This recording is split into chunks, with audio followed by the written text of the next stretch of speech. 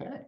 Hi, folks. I'm Matt Lisk, the host of Interns Unplugged, the series for Internexus.com, where we chat with folks involved in the recruiting and onboarding of Gen Z students for internships and entry-level jobs from a variety of different industries and company sizes. Today, I am fortunate to have Kaitlyn Nishimi, a talent management partner at Pacific Retirement Services based in the greater Phoenix area. Hi, Kaitlyn. How are you? Hi, good. How are you?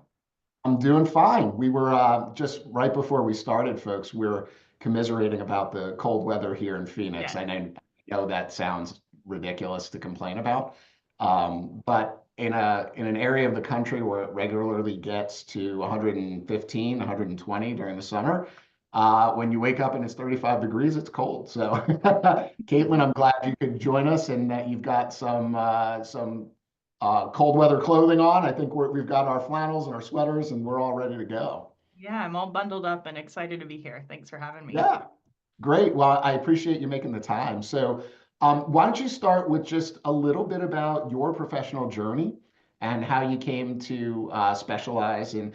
Actually, before we do that, if you can help our audience understand, so there's a lot of terminology around there for the same types of, so we hear the term HR, human resources, we hear recruiting, we hear talent acquisition, talent management, sort of, are they all sort of code words for the same job function, or do they have specific meanings? And, if you could help us sort of understand that a little bit better, and then we can get into your professional journey. Yeah, I think that's a great place to start. You're right. I think all of the terms end up meaning the same thing down at their core. At PRS, we use the term talent management to kind of Mhm. define the bridge between what is traditionally recruiting and what is traditionally HR. Recruiting always tends to focus on those people who are not yet employees, right? We're trying to bring them into the organization or keep people in the organization. And then HR is all of that stuff that you need when you're an employee. They're the person you go to, right? So with our team setup, talent management really defines us well because recruiting does a lot of work for our retention efforts as well, just because of the scope of our organization and everything.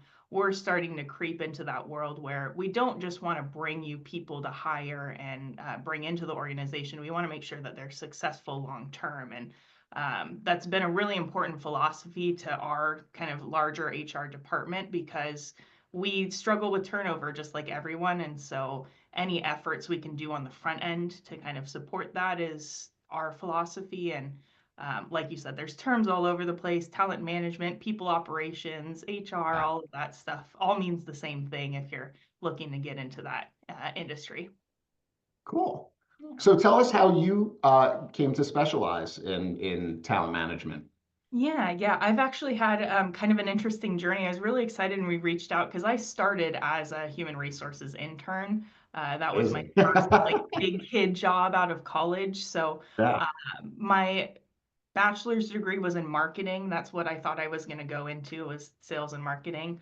And just found this internship and they said, hey, we'll give you a shot in any of our departments. You're just going to primarily be under human resources. And what I found through that was it was hitting that sweet spot of connecting with all of the people that I wanted to do through sales, but a little bit less of that salesy kind of environment where I had to push people to buy something. Yeah. So that's what I really fell in love with. From there, I did the internship program for 3 months right before I graduated. And then they invited me to come back and work full time as what we called a manager in training. So that was, again, kind of like a expanded internship. It's one of those early career opportunities we have where I got to spend a little bit more dedicated time in all of our different departments, but primarily within our healthcare and nursing areas, which is the bulk of what we do. Um, and it's designed so that you can get some advanced certifications to continue to advance your career. I chose not to do that because I wanted to stick with HR. But it really opened the doors to being considered for almost any position that I was interested in with the organization. So, really great kind of growth opportunity that I've had with this company. And then landed myself working at one of our locations briefly to help open the building, and then jumped over to talent management eventually after we got that up and running. Cool. So you touched on something that's really important for our students to understand, right? Which was how the internship linked into that entry level job opportunity. It's in some ways it's kind of an extended interview, right? Like you get to come in a low risk environment. The expectations for a student are like, hey, you don't know everything, and that's okay. It's a nurturing environment where we can continue to teach you. But by the time it was over, the company has seen enough to say, hey, we're really interested in Kaitlyn. She's got some great set of skills, and can we utilize her in a way that would benefit our company and also support sort of her career, her transition into career. So really, really cool the way that program was designed. Yeah, Tell it us a little worked out bit really well. more. Yeah, tell me a little Yeah. bit more about sort of the responsibilities that you had coming in as an intern. I think that's really something that a lot of companies actually struggle with is like they know they need help. They know that the internship program could benefit both themselves and the company and the student, but sometimes they struggle with finding quality work assignments or something for students to really make sure that they get the most out of that internship. So tell us a little bit more about the work that you did and how that translated directly into the work you're doing now. Yeah, yeah. I had a great time kind of doing a lot of project type work is how we set up a lot of our internships, especially more on the administrative side of things. Um, we Anyone who's been working for long enough at a company knows that you always have that laundry list of wish items, that things that you want to do in the department, projects that we want to get started, all of that. As a team, we kind of hold that list, and typically what we'll do is when we're ready to start a new intern, we have that list as a kind of pick and choose thing so that we give the intern a little bit of creative control over what interests you and what do you want to try. But it also gives us a little bit of a roadmap of, oh, this is a 3-month project. That's great to give to an intern. And we'll have some support, obviously, along the way. But I got to work on revamping our job descriptions. We had had versions that were probably close to 20 years old and had not really been in a good Mhm. review process. So I Yeah. was put in charge of, hey, figure this out. And I'm the type of person who loved to just be handed a problem and try and create as many solutions as possible to present to the HR manager that was overseeing me. So I took it from that step. We've had other interns where we need a little bit more direction. I think our team works really well with, okay, let's meet you where your skill set is at. If you want to stretch, we're going to let you stretch until you break, or maybe just before that. And then, put you in another project once you get that one done. So, but I do agree, it's very difficult to kind of keep that consistent work going year round. So we don't always have interns 24/7. Yeah.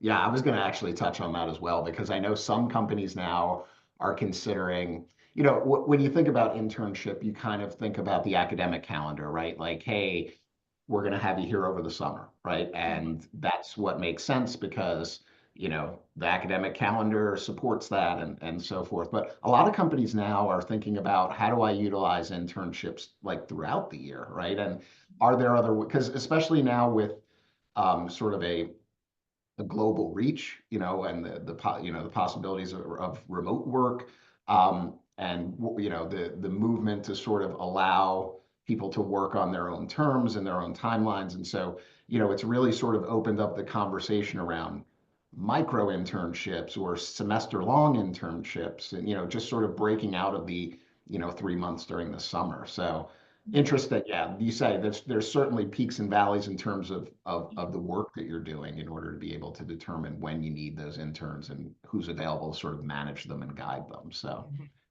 um, yeah, and very, very interesting. But talk to me a little bit about Pacific Retirement Services, your company. What is it that you do? What industry do you serve? Sort of who are your customers? Those kinds of things, because I think people would be Yeah. really interested in this. Yeah, so Pacific Retirement Services, for lack of a better term, is a senior living company. We manage probably about 25 different locations, mostly on the West Coast at this point. But we're nonprofit, which gives us really great access to providing all of the services to our residents. Um, Life plan communities is the bread and butter of what we do. Essentially, how that works is most of our residents will move in with us between the ages of 60 to 70 typically. They're still independent, so to speak, so they live on their own. They've got their own apartment within our building that's full service, kitchen, laundry, all of that. But then they can take advantage of things like dining programs. We do all of their housekeeping and maintenance. They've got activities and events to go to.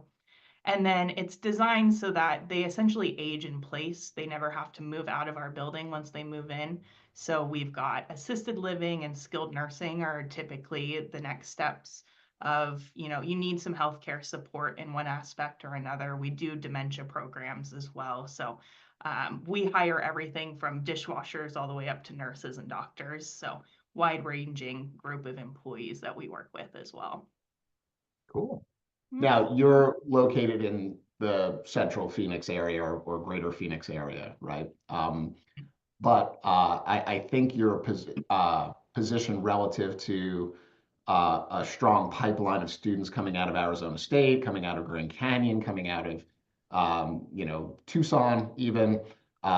You're sort of in a great spot in terms of reaching internships or reaching interns, reaching prospective students. So, can you talk a little bit about sort of how you guys take advantage of your proximity to sort of a huge student population? Yes, yeah. I think you're speaking of one of our buildings is called Mirabella at ASU. Yeah, It's actually on ASU land, so we are very, very close to the school. So that's created a great partnership with that building. Actually, all of our residents get access to take classes as students on site, and that's then amazing. yes, That's really interesting, yes, it's actually. very Yeah, cool. Our whole kind of mission with that is lifelong learning. So, just because you graduated college doesn't mean you're never going to learn something again, hopefully. yeah. So we bring our residents back into that environment to kind of create some diversity there, but then we also really get to take advantage of all of the students being close to where they are regularly for school, but also where they live. You can just walk over and work a 4 or 5 hour shift and then go home. So um, we have a ton of ASU students. I don't know exactly what the percentage of our workforce is, but a lot of them work in our dining and nutritional areas. Um, and then we're also pulling from, anywhere else in the school area. We use Handshake pretty regularly, but all of those internship sites and things to get all of the access. Yeah, I'm glad you brought up Handshake because that's I'm obviously sponsored by Internexus. That's Mhm.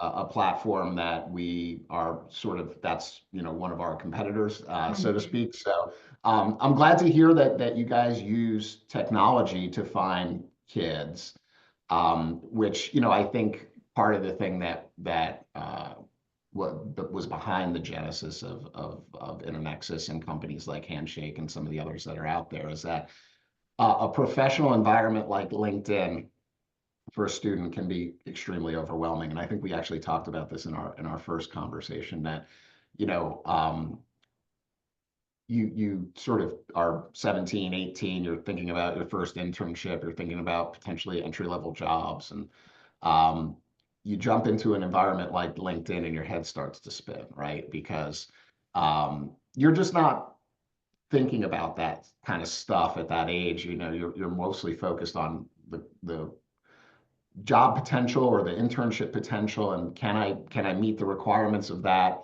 as opposed to sort of all the networking and other things that go on LinkedIn that are sort of distractors. And so we're looking to build that sort of curated environment that helps students sort of navigate this process because it is quite complicated, to be honest with you. And helping companies find those kids as well is something that's obviously of prime interest to us. But I'd be curious to know your position, your company's position around remote work and finding students sort of where they are. Is that something that's a primary focus for you? Like, is obviously, when you talk about senior living, Yeah, you kind of need to be on the campus, right? It's hard to be in food services and senior living and living remotely. exactly. Yeah. But are there positions within your company that are being done remotely that are sort of, good fits for kids that maybe live outside the Phoenix area? Yeah, yeah, so we're actually our corporate offices are up in Oregon, Medford, Oregon. Okay. Um, so especially kind of post-pandemic, we have really widened the door to remote and hybrid schedules and all of that. Yeah. Like you said, probably 80% of our employees just can't have that option because of the nature of Right. the work. But for the more corporate employees, that's definitely something we've explored. Um, what we struggle with is because we are such an in-person model of business, Right. incorporating that remote aspect into how we operate has been a challenge, but we do present those opportunities where we can. And it really is not a barrier to us at this point of where someone lives when they're applying to a job. So that's really nice for us. Yeah, and I think that, I'm glad to hear that because I do think students have some perceptions about certain industries where, they may look at something like, senior living communities and say, oh, there's no way that that they would have Yeah. jobs, that would fit my need if I'm in Oregon or if I'm in, New Jersey or wherever. And so it discourages them from applying. And, I'm not saying about Pacific Retirement Services, but I know there are other companies that as they post their job listings, they don't make it totally clear. Like this can be done remotely, or this, we are looking for people sort of from other areas. So feel free to apply. So I think that's probably one thing that students struggle with a little bit is, is this the right fit for me? And maybe bypass an amazing opportunity because they're not getting the information that they need. So I um, would say too with the remote work, I know it's like the trendy thing right now. Everyone wants to work from home, and yeah, I'll say 90% of the time when I'm talking to a candidate who's interested in a job with us, who's currently working remote, they always say that it's because I need to be back in the office. I miss people. I miss being around people. So I know that that's like a big wish list item for a lot of young people nowadays. I totally get it. I work remote too, and there's a lot of advantages, but I always just caution people like maybe your first job being remote isn't going to be the best experience of like your first time as an employee because having that connection and people to like knock on doors and ask questions is something so valuable, especially early on in your career, that you may not get as much in a remote environment. that is an interesting observation. And, it's one that, as an older gentleman in the workforce, who's been around for a bit, and also in sales, which you had touched on earlier.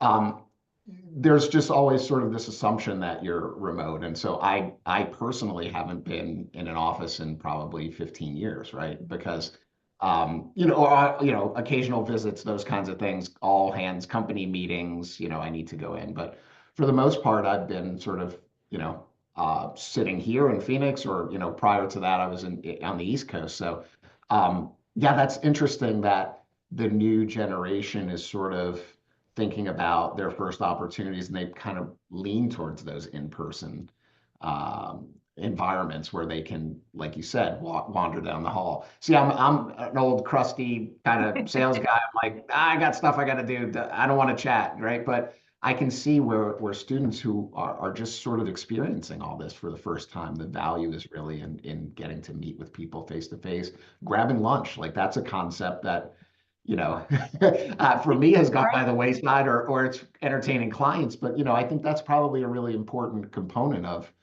a student's development with a company is just being able to interact with people sort of in that professional environment, but also outside. So, any thoughts on other things that um, other adaptations that companies are making for Gen Z candidates? I think this is sort of a newer generation in terms of their thinking, their familiarity with technology. So, any thoughts on that and how companies are working to recruit those Gen Z students. Yeah, yeah. I mean, and on the kind of front of remote work and all of that, I think what I hear most often is because I want a little bit more control over my schedule. I think Yeah, what we're trying to do because of the nature of our operations is just be as flexible as possible for scheduling. So if that's something that's really important to you as a job seeker, I think if they don't provide a remote or a hybrid option, ask those questions of, well, can I start late on Tuesdays or, whatever it might be. The worst answer you can get is no. hmm So it's worth asking. I think I see a lot of, especially early job seekers, forgetting to just ask the question in the first place or maybe being scared to. And that's my best advice is like, it's okay. You can pretend to be the young, dumb one and ask those questions, and people are going to help you. So, um, that's one thing that we try to be good stewards to, not just what your future is with us, but like what do you want to do with your life, is becoming very important to that, Gen Z generation. They don't yeah, just want to come in and do their work. They want to have some sort of fulfillment from it. So we try to provide that wherever we can. But other advances, I mean, technology is getting crazy. We've seen AI jump up, and I think that's a very useful tool to the younger generations or the ones that can handle the technology well. yeah.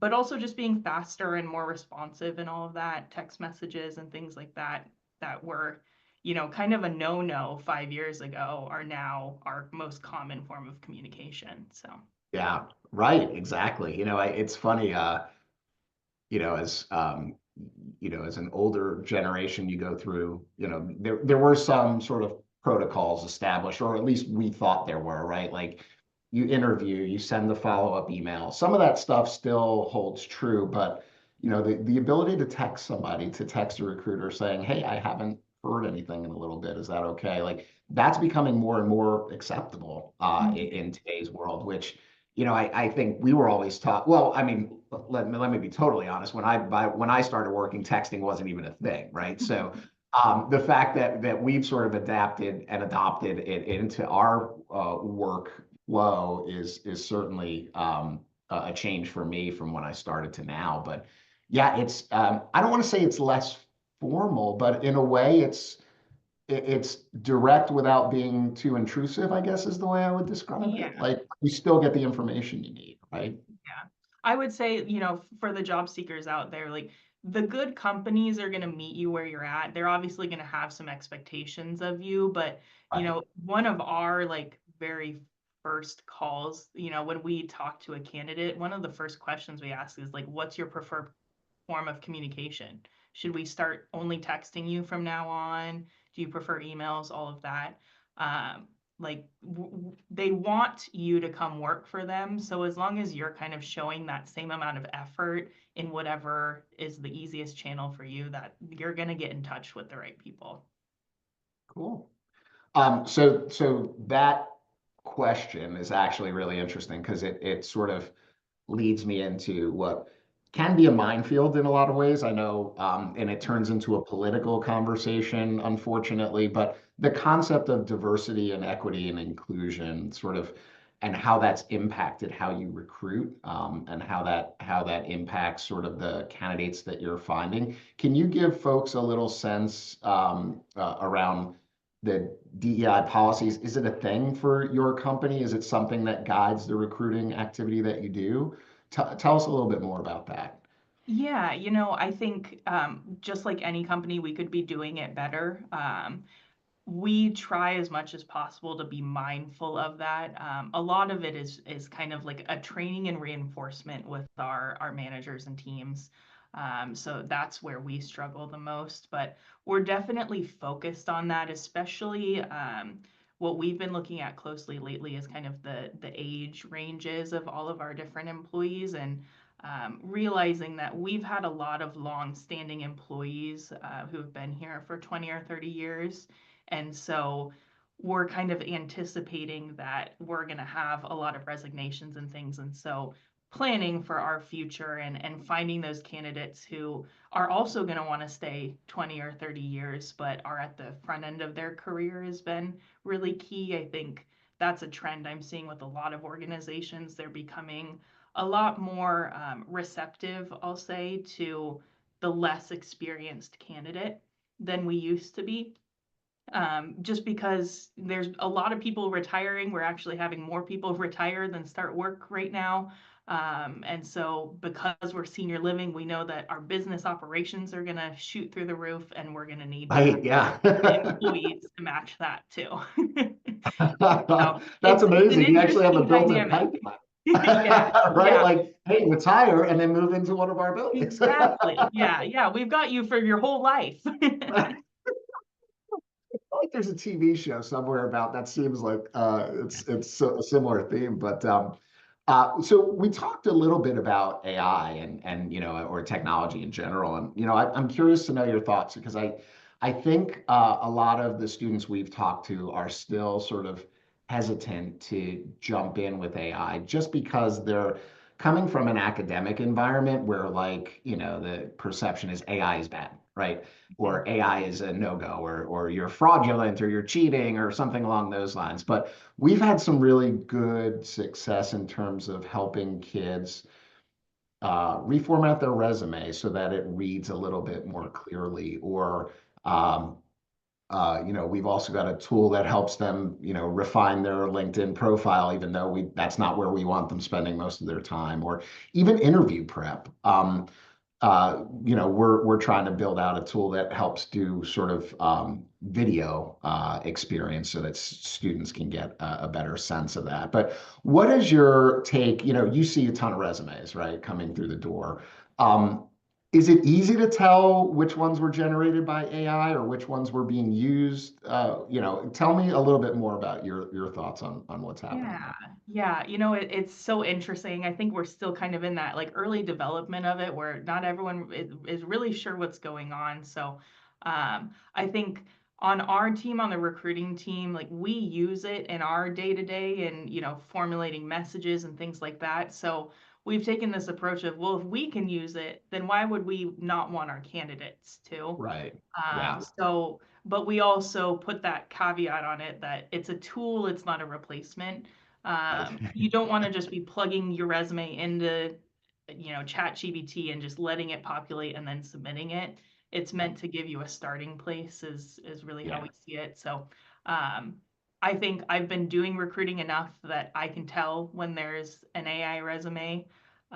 If it's an AI resume that you've edited and added your, little bits and pieces to, I might not tell. Um, but it's a tool, and I think I want people to take advantage of technology where it makes sense to. Like I would never tell people not to, but if you don't want to use it, you don't want to use it, and that's okay too. Yeah. Um, I'm going to be looking at, is it easy to read, and AI might help with that. Can I get all the information I need? Maybe AI helps with that too, and that's, I think, if you're giving a full picture of who you are as a candidate, then I don't really care whether you use AI or a resume helper, someone that you've hired, things like that. So Cool. So, I think part of the reason we host these podcasts, not just to give students better information, but other potential companies who maybe are just starting out or haven't or are interested in developing an internship program or, are concerned about what their entry level pipeline looks like in terms of getting the right candidates in the door. So, what advice would you give? Let's start with internships. Like, what advice would you give to another company, another organization, whether it's in your industry or outside, that are just thinking about developing an internship program? What sort of things would you say were important for them to focus on? yeah. I mean, I think really identifying like the need that you're trying to fulfill with that is really important just to start. I think there's times where it's like, okay, we should have interns because that's a good thing to do, and then you kind of miss all of the planning steps in between, right? So just taking a thoughtful approach is always going to be my recommendation, and starting small. Right now, we only offer 3 different kinds of internships within our corporate office. We probably have the capability to offer a lot more, but It's just something where we don't want to overextend ourselves, because if you're going to have an intern, you need to have like a really dedicated person to help them through that journey for however long it might be.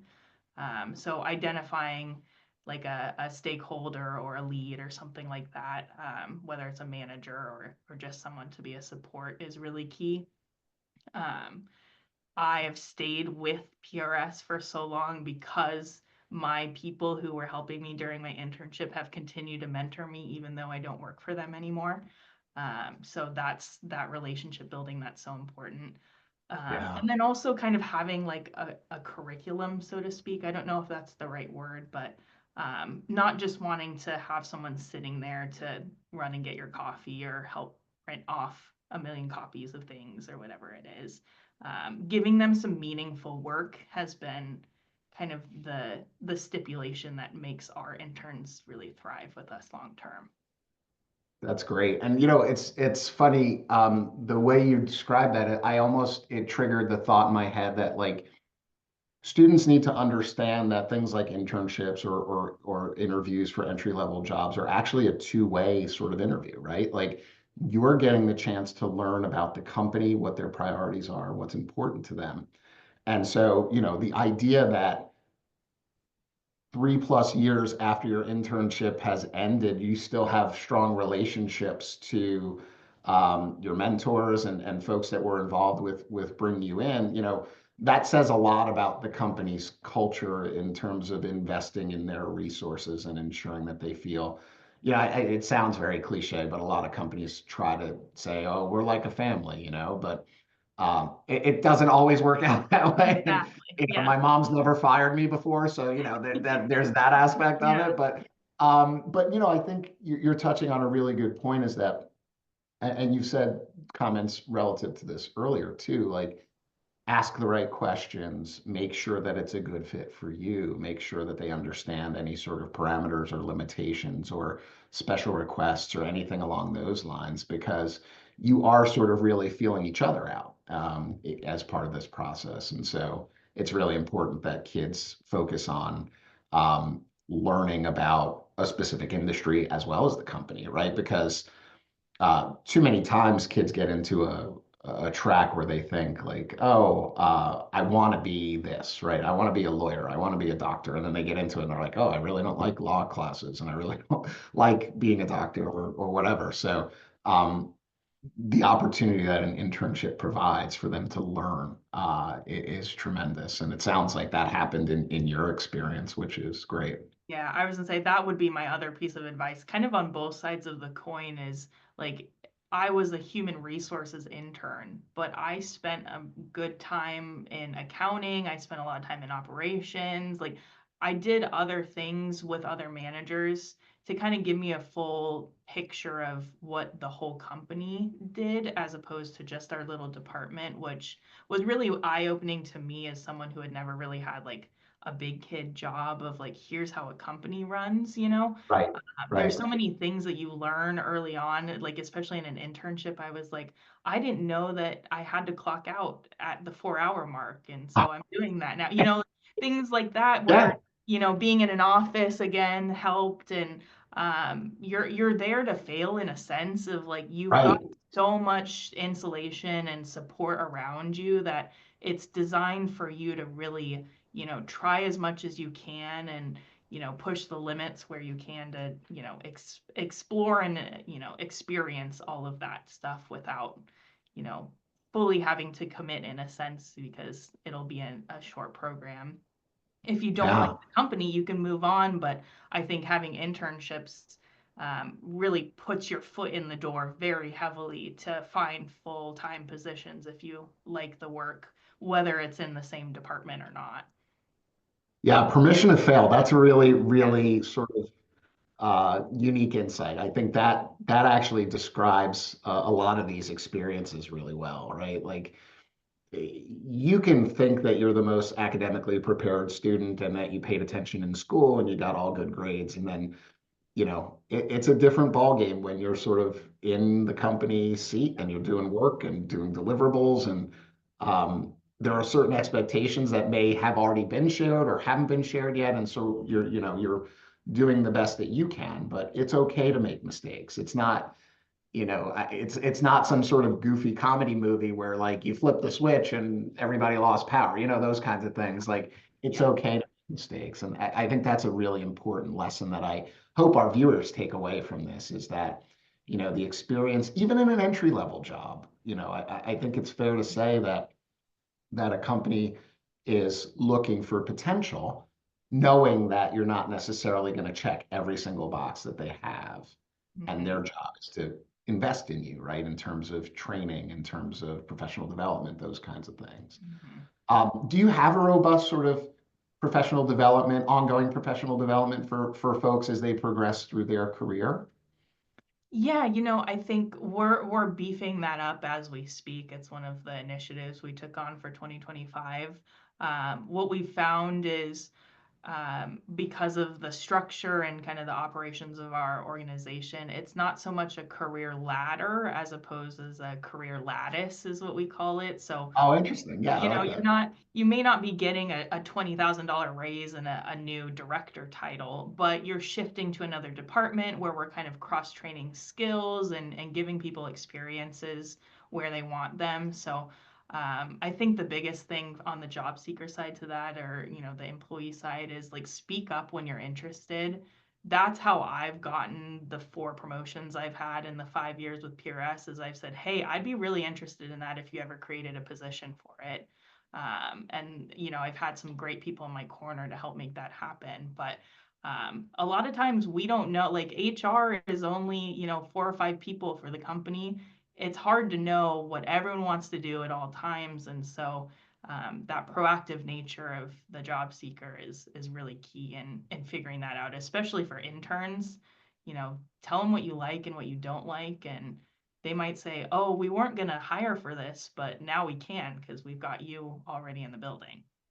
Yeah, and I'm chuckling here because I think you are being very true to your Zoom background, which says we speak up, we step up. Like those are the kinds of things, the corporate values that we're looking to instill in these, new to the workforce students, right? That these are the things that are important to us, and so I'm very glad to see that you're living the truth that is behind you in company slogans, which is Yeah. awesome. Not too many folks actually, I think that's something where kids struggle, right?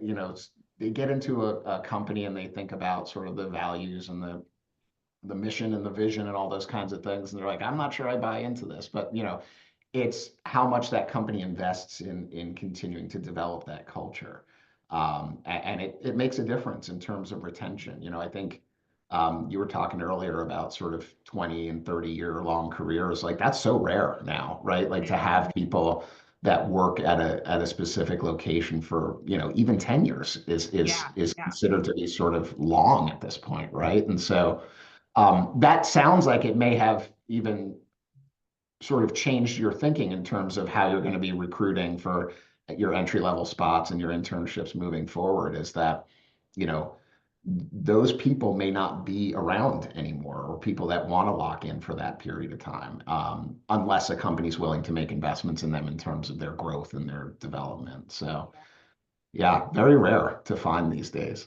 I was gonna Um, say it is weird to us too. Yeah, for sure. I got to imagine, you wouldn't expect, it's always funny when you're at a given company and you have like an all hands meeting or something and you see the people that have been there for like 20, 30 years and they're getting a plaque or whatever and everybody else in the audience is like, man, I couldn't imagine working here for that long, Yeah, yeah. I think it's interesting because there's so many people that find a job they love and they stick with it forever. And now we're seeing in the industry today, job seekers are jumping ship left and right or moving to new places. And I think it's very easy for us on the employer side to say like, well, it wasn't a right fit or they just didn't want to stick around or whatever it is. And I always like to turn that on its head and say, like, well, what are we not doing that's, we want them to stick around? Like, what do we need right, to change to keep them? And, sometimes that is just they want way more money than we can offer. But right. there's a lot of times that that's not the case. And um, being okay as a job seeker saying, no, this isn't right for me anymore, I think is the healthiest thing you can do, in an employment environment. But there's also a certain element of, well, maybe you don't like the job you're in, you like the company, and so you just need to find a different avenue to do the meaningful work you're looking for. So. Yeah, that's great. So what's one thing about your role that you think most people would find surprising? Oh, surprising. I don't know. Every day is a new day. I think everyone says that all of the time. What I've found really meaningful with the work that I do, and it's probably surprising, is how much I get to really help people through the work that I'm doing. I have a fairly kind of administrative, I'm behind a computer doing coding, doing all sorts of different things. So I think a lot of people perceive HR as like, oh, they're just pushing paperwork. Uh, Right. Yeah. and that's probably true of like our accounting team as well, but we are very fortunate, especially in senior living, that I get to talk to residents whenever I'm, in That's meetings with cool. them and hear their Yeah. stories, learn from them and their crazy life experiences. But also just employees, wanting to chit chat about the day. Um, if you're looking to get into something where you're very people oriented, but maybe you're not looking for like social work or something like that, I think HR has been a really sweet spot for a lot of people that it's not one of those like jobs that pops in your head as a kid, like teacher or doctor or whatever, but it's one that I think people should consider more often of here's how I can help people. And you really are helping them because if you think about it, you're getting them through the biggest part of their life. They work with people every single day. They need things at the office all the time. And so getting them a job and then helping them succeed in a job is something that I was surprised with how rewarding it would be. Yeah, I'm glad you touched on that because I think there are t times depending on the company, that HR is not viewed as your friend, right? There Mhm. are certain places where they're like never go to HR because if you do, it's going to be problematic. It's going to be this, it's going to be that. And so, but I think it's the picture that you're drawing, which is really important for our students to understand, is actually HR is a place for you to go. They've got resources for you. They help you along your journey. They help, in sort of an advisory capacity. Like, hey, I feel like maybe I topped out in this role, and I want to know what's next. Can you help me think about sort of another path here? And so, HR is a really critical function that people should not be shy of or stay away from because of whatever perceptions from 30 years ago in terms of what function an HR department Yeah. serves, right? I was gonna Um, say, get your manager and your HR together, and lots of things will happen for you. Lots of good yeah. things. Yeah, that's great to hear. So I don't know if you do a lot of reading or podcasting or sort of outside of work, but is there something that like a resource that you think has either influenced you personally or professionally that if somebody put you on the spot like I'm going to do now, like is there something a resource that you think is particularly helpful for students that are entering into this job market? Yeah, I thought of one. I'm blanking on the name at the moment, but I was given a book towards the end of my internship with PRS. It was written by Laszlo Block, who is the chief Okay. people officer at Google, or was. And I think Uh-huh. it's called How We Work or something like that. Uh, Okay.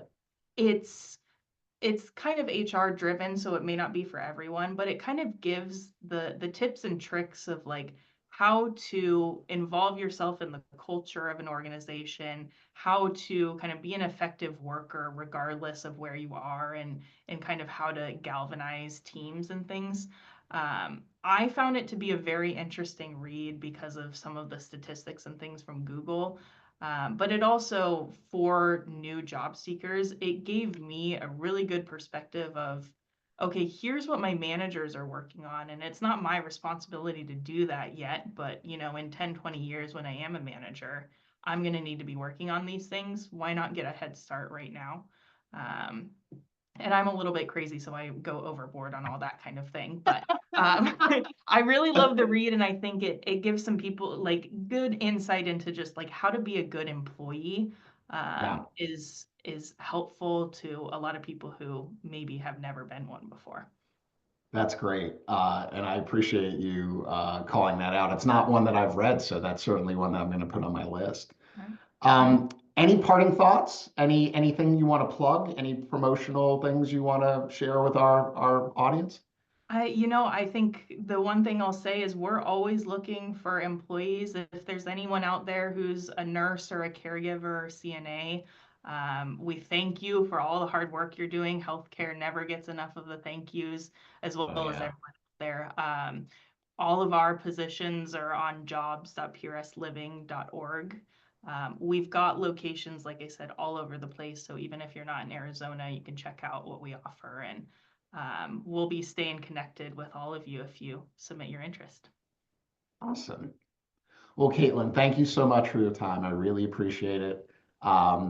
This has been a great conversation. I think it's going to be extremely helpful for our students who, as they jump into a process, they're not only scared, but after a few weeks of submitting things and maybe not hearing back, then they get frustrated or disappointed. And so, it's good to meet somebody sort of on the other side of the button, so to speak. Like when you hit submit, you're the person that's seeing their hard work Yeah. in terms of their cover letter and their resume and all those kinds of things. So it's good to hear some sort of comforting words of encouragement for those students, and that hey, you know uh, be open, speak up, step up, those kinds of concepts. Continue to carry those through in your job search, and you will find the opportunity that's right for you. Yeah. And just keep in mind that it's a two-way conversation. I think that that's really important too. As I say, you can find me on LinkedIn. I'm happy to answer questions and all of that. That's where Matt found me. So I was gonna say that's where we met for sure. I, And I I know I spent all always my want to time be a to, good mentor. So if anyone yeah, wants to reach out, I'm happy to answer. that is great. Thanks again, Kaitlyn. I really appreciate the time, and we will talk. Well, I guess we won't talk again soon, but we'll wrap this up, and this will be available on internexus.com and any place else where Kaitlyn wants to post it. Thanks so much. Thank you.